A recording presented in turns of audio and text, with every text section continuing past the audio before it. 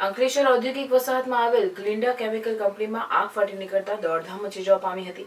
7થી વધુ fire fighter હોય એ આગ પર કાબુ મેળવવાના પ્રયત્નો શરૂ કર્યા હતા।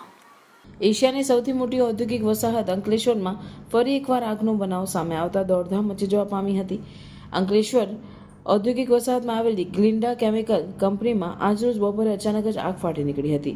રાસાયણિક પ્રક્રિયા દરમિયાન આગ ફાટી નીકળતા અફરાતફરીનો માહોલ સર્જાયો હતો।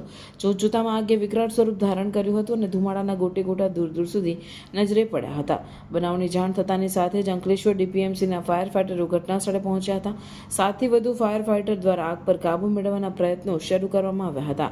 આગ વધુ ન ફેલાય તે માટેની તકેદારી રાખવામાં આવી રહી છે। આ તરફ પોલીસ કાફલો પણ ઘટનાસ્થળે પહોંચ્યો હતો અને કંપની નજીકનો માર્ગ કોર્ડન કરી કોઈ અનિચ્છનીય બનાવ ન બને તે માટેની તકેદારી રાખવામાં આવી રહી છે।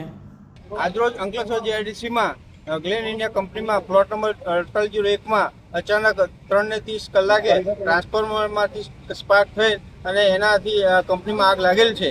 કોઈ જાનહાનિ થયેલ નથી। અત્યારે આગ બુઝાવવા માટે પોલીસ અને ફાયર ટેન્ડર સ્થળ પર હાજર છે। કુલ 6 થી 7 જેટલા ફાયર ટેન્ડર હાજર છે। પોલીસના માણસો પણ હાજર છે અને આગ બુઝાવવાનું કામગીરી ચાલુ છે। આગ લાગવાનું કારણ શું?